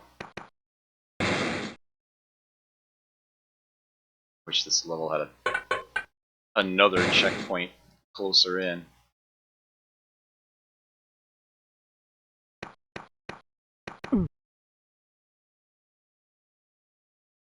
sure I get my runbacks properly timed here. There we go. Grab the sword. Run into the next room, not too short, not too far. Okay, that should do. Perfect. Yes. Alright. Oops. Don't! All the stupid things for me to muck up. Alright. Leaps and bounds. Now all I have to do is not screw up either the Jafar fight or leaping over this gap afterwards. And we should be golden. Let's switch sides. Oh, nuts! Whew! Alright. Pushing him back. Yes! Oh, that was epic. That was epic. Took a couple hits early on, but once I got into the flow of it, never missed a parry. That was beautiful. Alright. And I know I'm golden now because the game clock has already stopped. So yeah. As long as I don't do anything stupid and leap over these tiles, unnecessarily delay myself, we are good. Yes! And there's our true hero, ladies and gentlemen, Mr. Mousy! The Great Excidium! Excellent! Good to see you here. Yes, you, thank you. Whew. Yeah, it is possible to make Jafar fall right off that tile that breaks at the very beginning. You, actually, one way of timing it out nicely is if you run into the room and stop at just the right spot. So that the tile falls right at the edge of your feet, you grab the ledge and climb back up. Jafar will advance to just the point where you can very easily switch sides with him and on his first sword swing knock him off. But yeah, that's so much cooler to watch, isn't it? Actually, finally got my parry timing back down again, and I was able to put it to good use. Goal met. On tax day, no less. 33-35. Finally! Finally happy with that. Finally. Okay. The music does eventually end if you leave it. I ended my last stream that way, actually. But yeah, it does take a while. You don't get to see anything else. You'd think there'd be like credits scrolling or something. I'll just quit out of that. Yes. Finally got my 30-minute plus. Yes! So the next time you see me play Prince of Persia on stream, that was a bit of a tongue twister there, it's going to be the SNES version. I think I should practice. In fact, I think I should practice right now. Right here, right now. Yeah, you know, back in the day, that was sort of like the big goal that I was going for, was, you know, trying to finish it with at least 15 or 20 minutes on the clock, and 30 just seemed like it's way so far away. Your run needs to be pretty much perfect, or taking advantage of various glitches or shortcuts or whatnot. Certain little exploits, some intended, some almost certainly not, in order to get it to under 30. A full-on flawless speed run, you can actually end up with more than 45 on the limit. You can actually finish it in under 15 minutes. Perhaps even real-time 15 minutes if you were perfect. You would have to skip the cutscenes, you'd have to turn off the sound for when you go in through a new door. Over the course of the game, I think you lose like maybe a good 20 seconds waiting for all those transitions to play. Probably even more than that, come to think of it. Might even be like a full minute, but I was determined to meet my goal without having to turn the sound off. Um, yeah, it is something that I've been working on my streams here for a while now. And I have finally met my goal. I've made it to where I am happy. I'm not a speedrunner. I don't need to have some flawless run going. I would rather move on to the later games.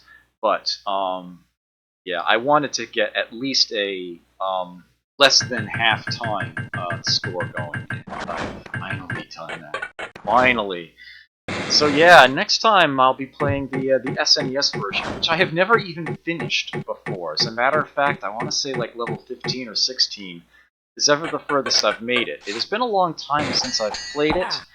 I will practice it a little bit before I actually stream a run at that. Although I did show off the training mode once before on here. I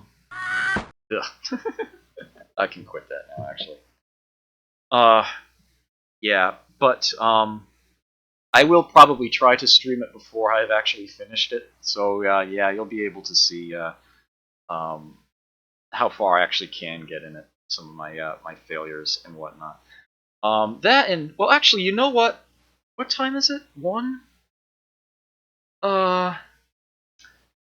That is normally the time that I would stop, but let me actually go ahead and get the proper game started.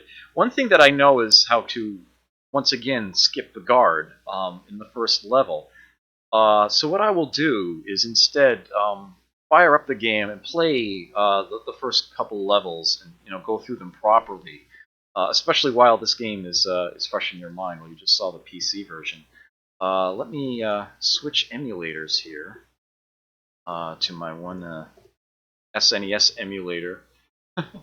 Well, technically, the one that I use for NES games and most other home consoles can also run SNES games, but it totally kills the CPU in the process. It is completely and utterly unstreamable. But mind you, this one looks like arse, unfortunately. Right, okay. But it runs. It does run, and it runs smoothly. I don't have constant encoding overloads as I try to play it.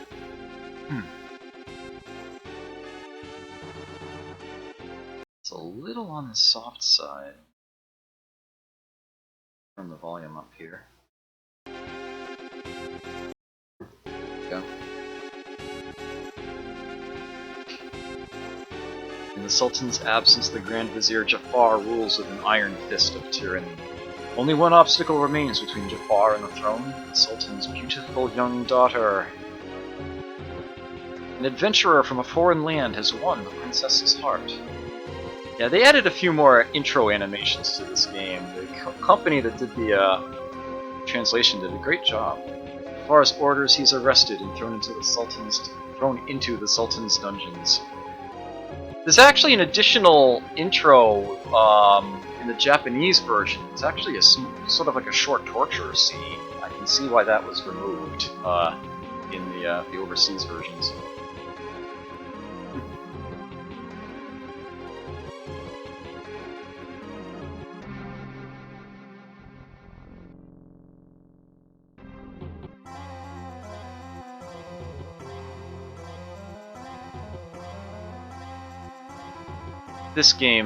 This emulator is in such dire need of a bilinear filter. Jafar gives her a choice and 2 hours to decide: marry him or die. Locked in a room high in the palace tower, the princess rests all her hopes on the brave youth she loves. Little does she know that he is already a prisoner in Jafar's dungeons.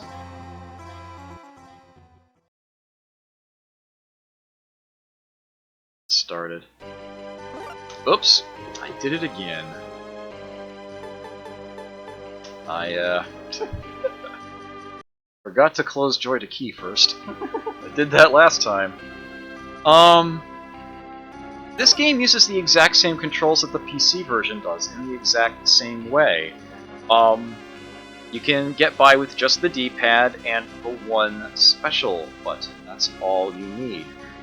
But if it's convenient, certain things have been assigned to additional buttons, and you can use them if they're convenient. Jump forward, in particular, is very useful for people that have trouble pressing diagonal on a D-pad from a neutral position.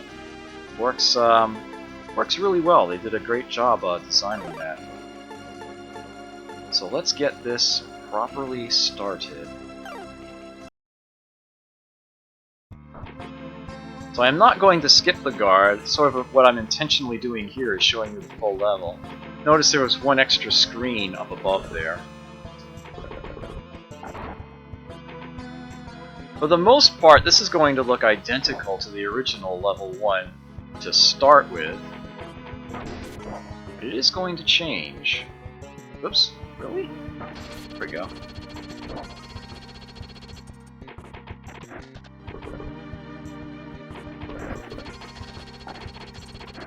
Got so good at that guard skip. It's been a while since I've come this way.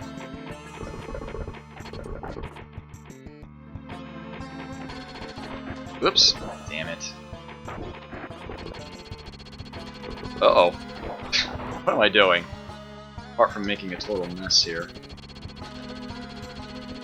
There we go. Yep.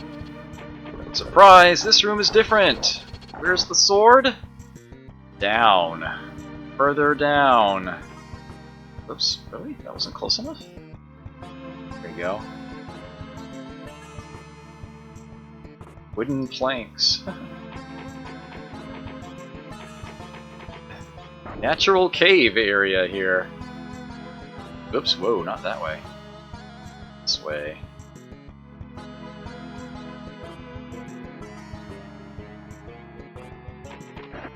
Nice little backdrop there. Underground river.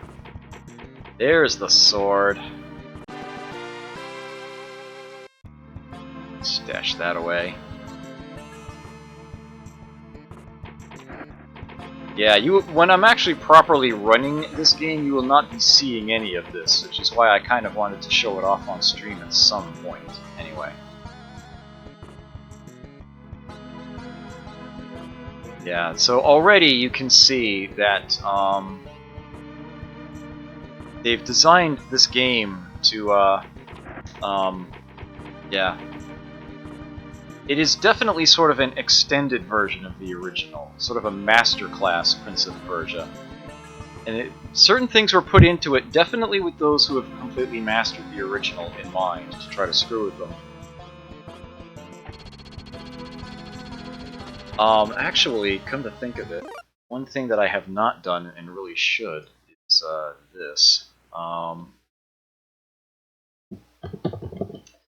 I forget what year it is. I'll just, oh, I'm not going to be that lazy. I'll look it up real quick. Oh, that's not a web browser window. What am I doing?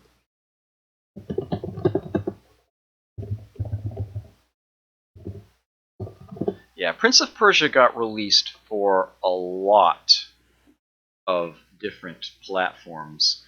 But this is the one platform, the one release that is different from all of the others. 1992, this one. Okay. All the others have the exact same level design, much the same rules, the techniques all still apply.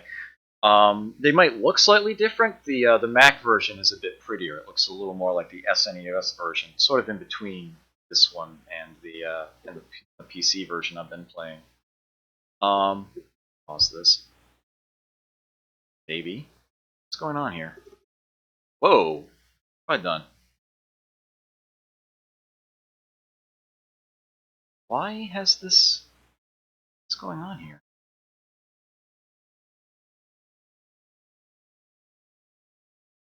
Oh.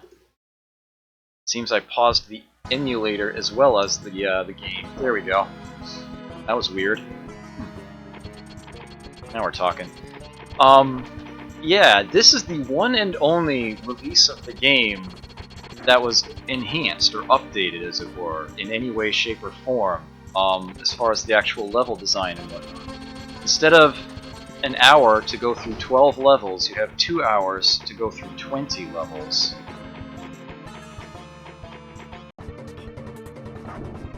It plays a lot faster. Oops.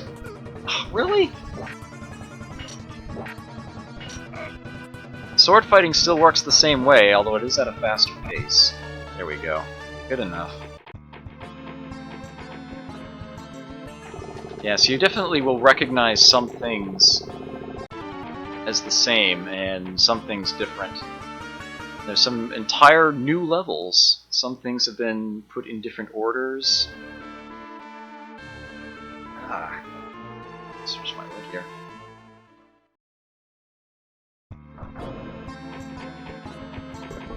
Yeah, they did a very, very good job with this. As I've said before, this is like the one game on the SNES that doesn't have Super at the beginning of its title, but really should have. Because it truly is a different game, an enhanced game. And a very, very good one. As I've mentioned, this was actually my first experience with Prince of Persia. I didn't have a computer growing up, but I did have the SNES here. So this was actually the first Prince of Persia game I've played. And I still haven't finished it. When I did get my hands on the CD collection for the PC, I kind of switched to playing those. Oops.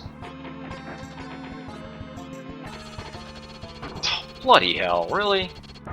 Alright, fine. Given that I'm down here, grab this. I don't know how far into this I'm going to play, but I can do at least a little bit more.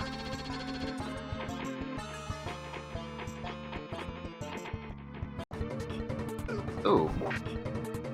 There we go. You get tested on the sword fight rhythm a lot more in this game, but despite things being faster, it actually seems to be easier to do. This section is new. They moved the life up potion to a lower ledge there.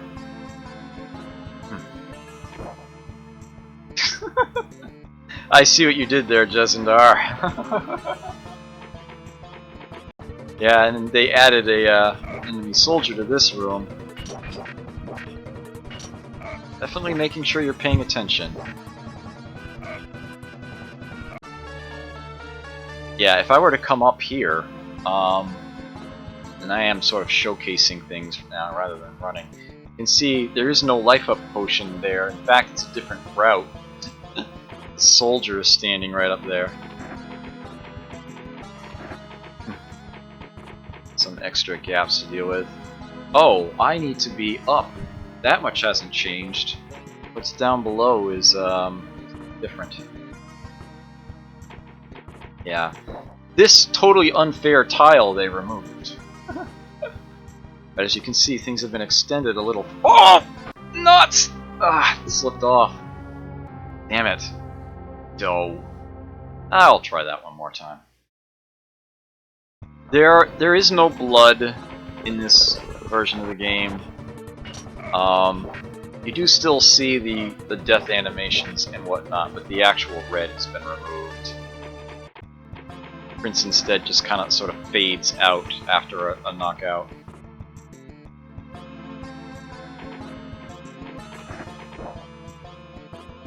There is one other little difference that I probably will be showing off at some point, not that I would intend to, it won't be tonight. The way the game ends is a little differently. Actually, it's quite a lot different. The original, versions of the game, when the clock runs out, it ends immediately and shows you the princess's chamber with the sand run out of the hourglass and the princess is just plain gone. This game lets you keep playing, keep struggling for freedom even after the clock has run out. If you make it all the way to the end, oh wait a minute, hold on, I definitely want that life up. Especially since I've only got one hit point left. It's immediately useful. Man, this emulator looks terrible. It's the one thing. I wish I could just get it set up you know, to look nice, some resolution, but no. It relies on third-party filters, none of which are simple basic things that do, you know, just a simple bilinear filter is all it would need. But at least it frickin' runs without totally taking up the entirety of my CPU. I don't know what it is with most SNES emulators and why they run like junk. I have once again gone the wrong way. So you can't go the wrong way in the PC version here. There we go. That's what's supposed to happen. Or new. That's the door opening. Don't need to go all the way down to the bottom. Door should still be right over here, yes. Okay. Yeah, it's you basically get the bad ending when, you know, the prince gets to the room and yeah, the princess isn't there. But it does let you keep playing, even after the clock has run out, should you so desire to.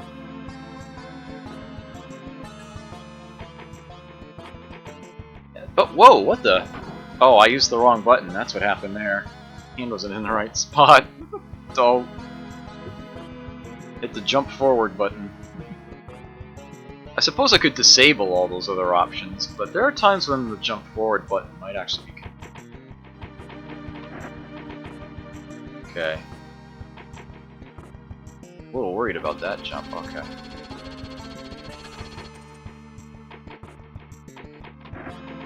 Put an extra gap in there for you. Little something you don't have to deal with in the original.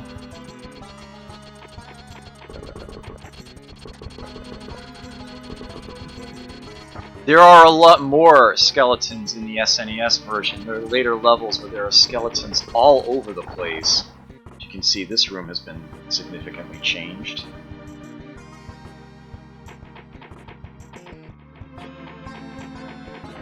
The mirror imaged things there for you. I wonder if the same skip on the skeleton works.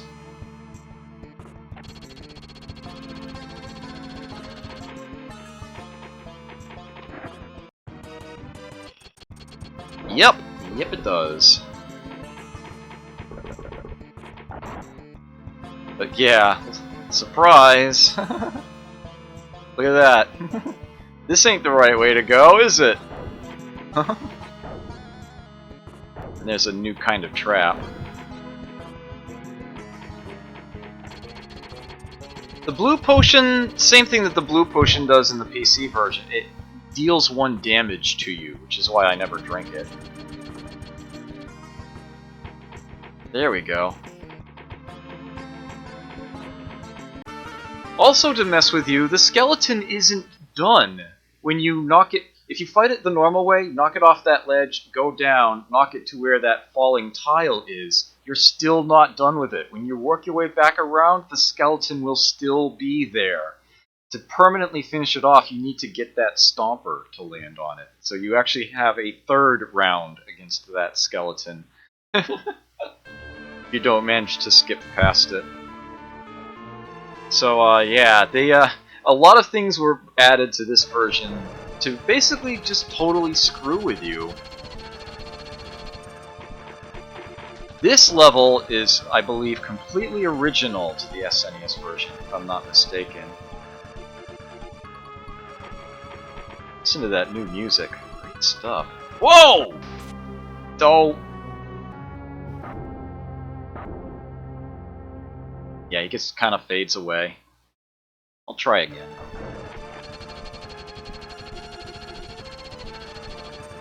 I love the music here.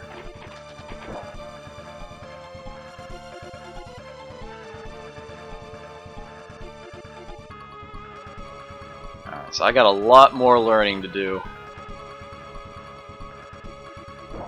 What? That wasn't close enough for him to grab the edge? You're kidding me. Ugh. I love the music in this section in particular.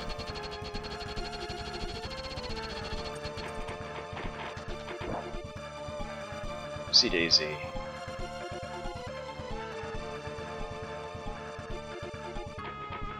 Okay, we're gonna go right up to the edge and jump. Perfectly safe about this. Sword fight. Ooh. He's stepping forward there. Whose tiles above? That's what I thought! Not sure how I remembered that. And it's just a health potion. But hey, I've taken a point of damage, so why not?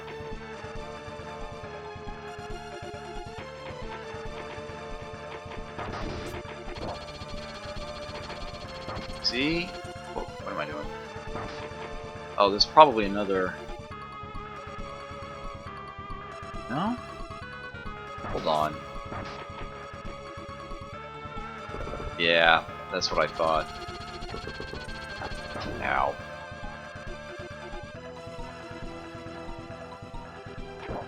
Oh, but it kinda doesn't lead to anything, does it? Looks like I went the wrong direction to even start.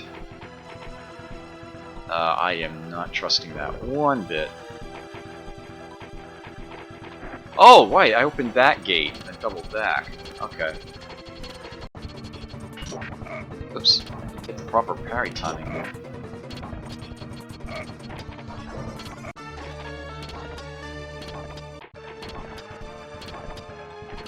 Yeah, this is a feature you may recall seeing in the original at a much later level. Probably still is in that later level, too. Lovely background here.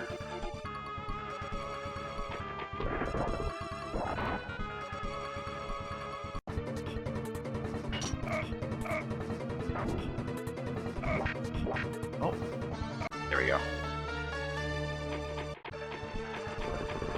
Oh, that was way too early. Ugh.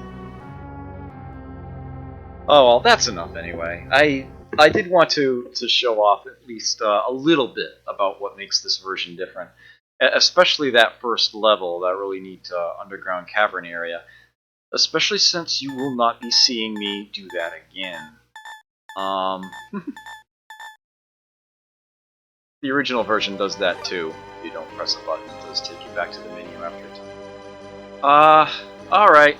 So, yeah, because although I can't do it exactly the same way, something is slightly different, a little off, my backup method for getting past that first guard without grabbing the sword does still work in this version. As a matter of fact, I can show you.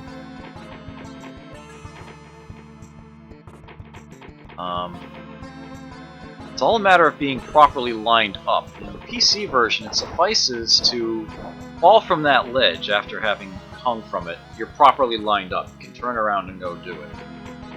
But if I screw that up, if I fall from the wrong side, or here in the SNES version, I can do this. Climb up this ledge, jump around into the wall on the opposite side. You take damage from that here. Don't do that in the PC version, oddly enough. And now I am properly lined up. I can run into this room, stop on the third crack, immediately run, and ooh! I didn't get it that time. I stopped at the wrong spot. Damn.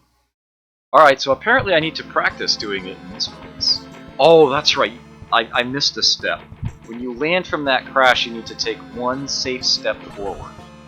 And then do what I just tried to do. There we go. Turn, jump, wait from the stand. Oh, wrong button. I may want to actually disable that. Alright. Safe step forward, and now we're properly lined up. We were perfectly aligned with that third tile, and that's exactly where we need to be on the following screen. This method works in the PC version as well, but if you manage to drop down on the left-hand side where that tile fell, you're also lined up when you do that. You run into the screen, stop running on that tile, but immediately start again and perform a flying leap. And we get past the guard that way. And this, of course, being a time attack game, yeah, that's what I'll be doing. Alright, did want to show that off. That shall suffice for now. Alright, and with that, I will be taking my leave of you fairly shortly. I will make a quick check to see if there's anyone out there that I would be willing to host, send you off to, as it were. Okay. So Lord BBH is doing his main roulette again, and looks like he's playing Turtles in Time. Poor bastard. So I will send you off to him.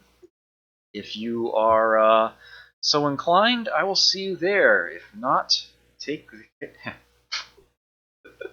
I can sign off. Take care. Catch you next time, and never forget to